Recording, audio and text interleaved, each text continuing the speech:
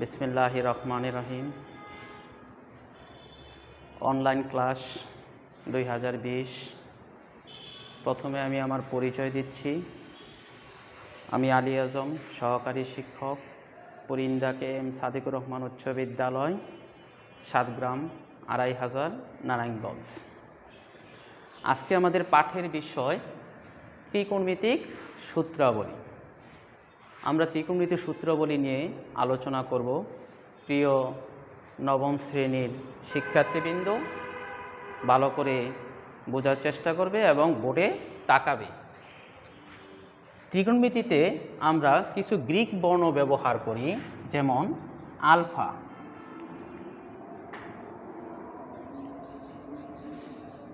Beta, theta.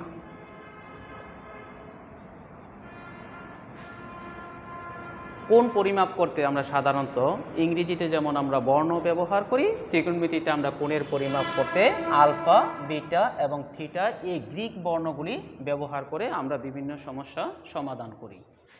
ত্রিকোণমিতিতে আরও 6টি শব্দ ব্যবহার হয়, সেগুলি আমি লিখে দিচ্ছি, যেমন সাইন, কস, টেন,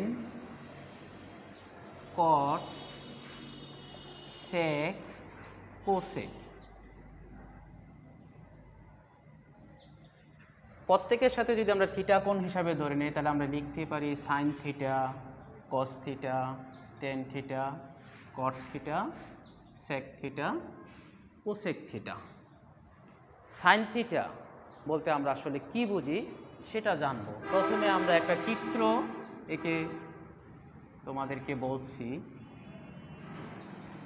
এক্স ও ওয়াই একটি কোণ, ও ওয়াইয়ের উপর পি একটি বিন্দু নিই, পি থেকে ও এক্সের উপর পি এম লম্ব রেখা অঙ্কন করি। ত্রিকোণমিতি তাহলে একটা সমকোণী ত্রিভুজ হয়েছে। সমকোণী ত্রিভুজের বাহুগুলি বিশেষ নামে পরিচিত। সমকোণের বিপরীত পাশের বাহুকে বলা হয় অতিভুজ এবং সমকোণ সংলগ্ন বাহু দুটিকে বলা হয় লম্ব এবং ভূমি। এই বাহুগুলির সাথে ত্রিকোণমিতিক এই নামগুলির বিশেষ সম্পর্ক রয়েছে। সম্পর্ক থেকে আমরা সূত্র তৈরি করতে পারি। তাহলে আমরা সাইন থিটা, সাইন থিটা বলতে আমরা বুঝি লম্ব ডিভাইডেড বাই অতিভুজ। এইগুলি জানার জন্য বা মুখস্থ রাখার জন্য আমরা ধাঁধা ব্যবহার করতে পারি, যেমন সাইন থিটা সাগরে লবণ অতি, এটা তো আমরা বুঝতে পারি। সাইন থিটা সাগরে লবণ অতি, অর্থাৎ লম্ব বাই অতিভুজ। কস থিটা ভূমি বাই অতিভুজ। এটার ধাঁধাটা হচ্ছে কবরে ভূত অতি, কবরে মানে কস থিটা, ভূত অতি ভূমি অতিভুজ। টেন থিটা লম্ব বাই ভূমি, টেরা লম্বা ভূত, অর্থাৎ টেন থিটা ইকুয়াল টু লম্ব বাই ভূমি। কট থিটা, কট থিটা হয়েছে টেনের বিপরীত, অর্থাৎ ভূমি ডিভাইডেড বাই লম্ব। সেক থিটা, সেক থিটা হয়েছে কসের বিপরীত, অতিভুজ বাই ভূমি। কোসেক থিটা সাইনের বিপরীত, অতিভুজ ডিভাইডেড বাই লম্ব। এখন আমরা চিত্রের সাহায্যে, চিত্র থেকেও আমরা বাহুগুলির দৈর্ঘ্য বোঝাতে পারি। লম্ব, লম্ব হয়েছে PM, অতিভুজ OP। কস থিটা ভূমি বাই অতিভুজ, ভূমি হয়েছে OM, অতিভুজ হচ্ছে OP। টেন থিটা লম্ব বাই ভূমি, PM divided by OM। Cot theta ভূমি বাই লম্ব। সেক থিটা অতিভুজ বাই ভূমি। কোসেক থিটা অতিভুজ বাই লম্ব। PM চিত্রের মাধ্যমে আমরা এইগুলি প্রকাশ করতে পারি। তাহলে আমাদেরকে অবশ্যই মনে রাখতে হবে যে সাইন থিটা হচ্ছে লম্ব বাই অতিভুজ, কস থিটা ভূমি ডিভাইডেড বাই অতিভুজ, টেন থিটা লম্ব ডিভাইডেড বাই ভূমি, কট থিটা ভূমি ডিভাইডেড বাই লম্ব, সেক থিটা অতিভুজ ডিভাইডেড বাই ভূমি এবং কোসেক থিটা অতিভুজ ডিভাইডেড বাই লম্ব। আমরা ত্রিকোণমিতিক যে কোনো সমস্যার সমাধান করতে হলে অবশ্যই আমাদের সূত্রগুলি মনে রাখতে হবে এবং বাহুগুলি কোনটার সাথে কোনটার সম্পর্ক, কার সাথে কার সম্পর্ক সেটাও জেনে রাখতে হবে। প্রিয় ছাত্রছাত্রীবৃন্দ, অবশ্যই বাহুগুলির সাথে sine theta, cos theta, tan theta, cot theta, sec theta এবং কোসেক থিটার সম্পর্কগুলি ভালোভাবে আয়ত্ত করবে এবং চিত্র এঁকে জানার চেষ্টা করবে। এখন সম্পর্কযুক্ত তথ্য থেকে আমরা সূত্র তৈরি করতে পারি। যেমন সাইন থিটার সাথে কোসেক থিটার সম্পর্ক আমরা একসাথে লিখি sine theta into cosec theta, গুণ আকারে লিখলে সাইন থিটা হচ্ছে পিএম ওপি, কোসেক থিটা হচ্ছে ওপি পিএম। আমরা কেটে দিলে sine theta cosec theta equal to 1। আমরা যদি লিখি সাইন থিটা গুণ আকারে থাকলে ভাগ আকারে চলবে 1 বাই কোসেক থিটা। বিপরীত যদি আমরা লিখি কোসেক থিটা ইকুয়াল টু হবে 1 বাই সাইন থিটা। আমরা দুইটা সূত্র পেয়ে গেলাম। এখন কসের সাথে সেকের সম্পর্ক তাহলে অবিকল একই হবে cos theta into sec theta. Cos theta OM by OP, sec theta OP by OM, বা cos theta sec theta equal to 1 বা cos theta equal to 1 by sec theta. অনুরূপভাবে লিখতে পারি sec theta equal to 1 by cos theta. এখানে আমরা দুইটা সূত্র পেয়ে গেলাম। আর রয়েছে টেন থিটার সাথে cot theta, tan theta into cot theta. Tan theta হচ্ছে PM by OM, cot theta হচ্ছে OM by PM.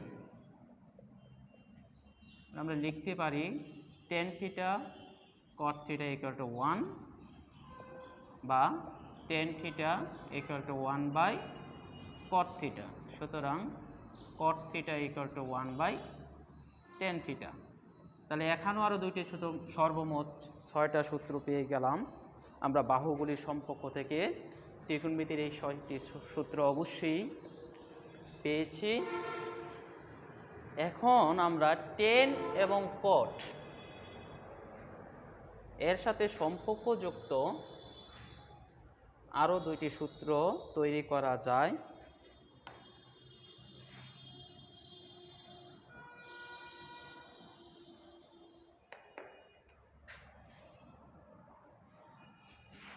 Tan theta আমরা জানি টেন থিটা হচ্ছে পিএম লম্ব বাই ভূমি।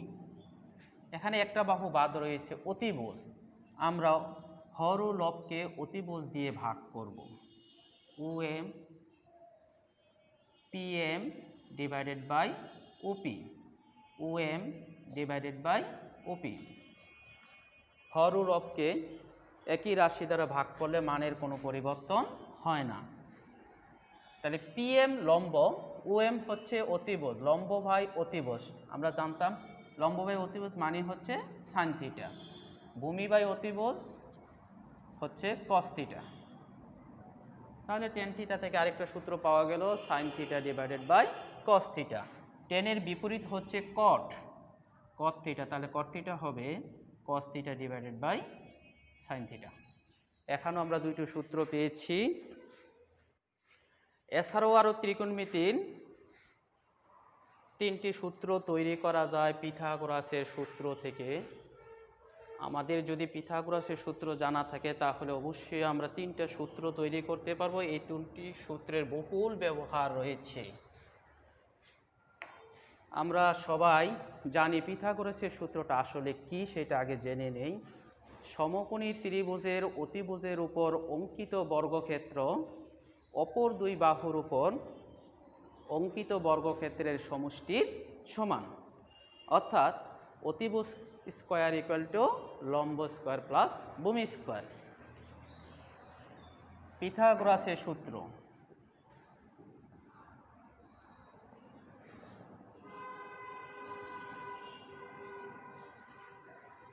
অতিভুজ স্কোয়ার, এখানে অতিভুজ দেওয়া আছে উপি স্কোয়ার ইকুয়াল টু লম্ব স্কোয়ার প্লাস ভূমি স্কোয়ার। এটা থেকে আমরা একটা সূত্র তৈরি করতে পারি। আমরা উভয় পক্ষকে অতিভুজ দিয়ে ভাগ করব, অর্থাৎ উপি স্কোয়ার দিয়ে ভাগ করে দেখি কি পাওয়া যায়। OP square PM square OP square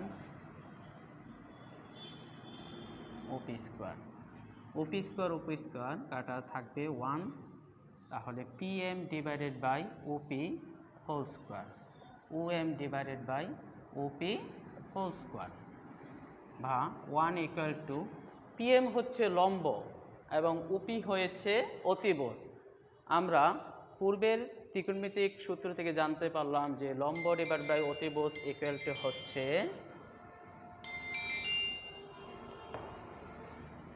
sine theta whole square, আর ওএম ডিভাইডেড বাই ওপি হচ্ছে কস থিটা হোল স্কোয়ার। আমরা লিখতে পারি 1 equal to sine square theta plus cos square theta, বা sine square theta plus cos square theta equal to 1। আর একটা সূত্র পাওয়া গেল। এই সূত্রটা আবার এও লিখতে পারি সূত্র থেকে। যদি আমরা সাইন স্কোয়ার থিটা লিখি তাহলে লিখতে পারি 1 মাইনাস কস স্কোয়ার থিটা। যদি কস স্কোয়ার থিটা লিখি তাহলে লিখতে পারি 1 মাইনাস সাইন স্কোয়ার থিটা। তাহলে একটা সূত্র থেকে 3টা সূত্র তৈরি করা যায়। এই সূত্রগুলি অবশ্যই আমাদের সূত্রটা আয়ত্ত করতে হবে। এইভাবে আমরা আরও 2টি সূত্র তৈরি করব এবং প্রত্যেকটি থেকে 2টি করে সূত্র তৈরি করা যায়। আবারও আমি পিথাগোরাসের সূত্র লিখছি। ওপি square equal to PM square plus OM square. পূর্বে আমরা অতিভুজ দিয়ে পুরো রাশিকে উভয় পক্ষকে ভাগ করেছিলাম। এখন আমরা লম্ব দিয়ে উভয় পক্ষকে ভাগ করে দেখি একটা সূত্র হয় কিনা। OP square PM square plus OM square PM square, OP PM whole square, PM square কাটা 1 plus OM divided by PM whole square. এখন আমরা পূর্বের সূত্রে আবার যাই, অতিভুজ ডিভাইডেড বাই লম্ব। তাহলে এটা কি হবে? অতিভুজ ডিভাইডেড বাই লম্ব হচ্ছে আমাদের cosec theta whole square 1 plus ভূমি ডিভাইডেড বাই লম্ব। ভূমি ডিভাইডেড বাই লম্ব হচ্ছে কট থিটা, বা cosec square theta equal to 1 plus cot square theta. এখানে একটা সূত্র পাওয়া গেল। এটা থেকে আমরা আরও 2টা সূত্র তৈরি করতে পারি। যদি 1 বাম পাশে নিয়ে আসি তাহলে লিখতে পারি cosec square theta minus 1 equal two কট স্কোয়ার থিটা, বা যদি আমরা কট স্কোয়ার বাম পাশে নিয়ে আসি cosec square theta minus caught square theta equal to 1। এখানে আমরা 3টা সূত্র পেয়েছি। এইভাবে আমরা আরেকটি সূত্র তৈরি করব। এতক্ষণ আমরা অতিভুজ দিয়ে ভাগ করেছি পিথাগোরাসের সূত্রকে, তারপর লম্ব দিয়ে ভাগ করেছি। এখন আমরা ভূমি দিয়ে ভাগ করে দেখব। আবারও পিথাগোরাসের সূত্র লেখা হচ্ছে অতিভুজ স্কোয়ার ইকুয়াল টু লম্ব স্কোয়ার প্লাস ভূমি স্কোয়ার। এখন আমরা ভূমি বাদ রয়েছে, ভূমি দিয়ে ভাগ করে দেখি একটা সূত্র তৈরি হয় কিনা। OP square equal O M square PM square OM square plus OM square বা OP divided by OM whole square PM divided by OM whole square হলো 1। উপি অতিভুজ ডিভাইডেড বাই ভূমি, তাহলে কি হচ্ছে আমরা পাচ্ছি sec theta, sec square theta, TM divided by OM অর্থাৎ লম্ব বাই ভূমি, tan theta, tan square theta plus 1। এখানে একটা সূত্র পাওয়া গেলে এখান থেকে আরও দুইটা সূত্র তৈরি করা যায়। Sec square theta minus tan square theta equal to 1, বা আমরা লিখতে পারি sec square theta minus 1 equal to tan square theta. এইভাবে আমরা ত্রিকোণমিতিক সূত্রগুলি আয়ত্ত করব। প্রিয় নবম শ্রেণীর শিক্ষার্থীবৃন্দ, অবশ্যই আশা করি ভালোভাবে আয়ত্ত হয়ে গেল। আমরা সূত্রগুলি তোমাদেরকে দেখালাম। পরবর্তী ক্লাসে সূত্রের প্রয়োগ এবং সূত্রগুলি প্রয়োগ করে কিভাবে গাণিতিক সমস্যা সমাধান করা যায় সে সম্পর্কে জানব। এখানেই শেষ করছি। আল্লাহ হাফেজ।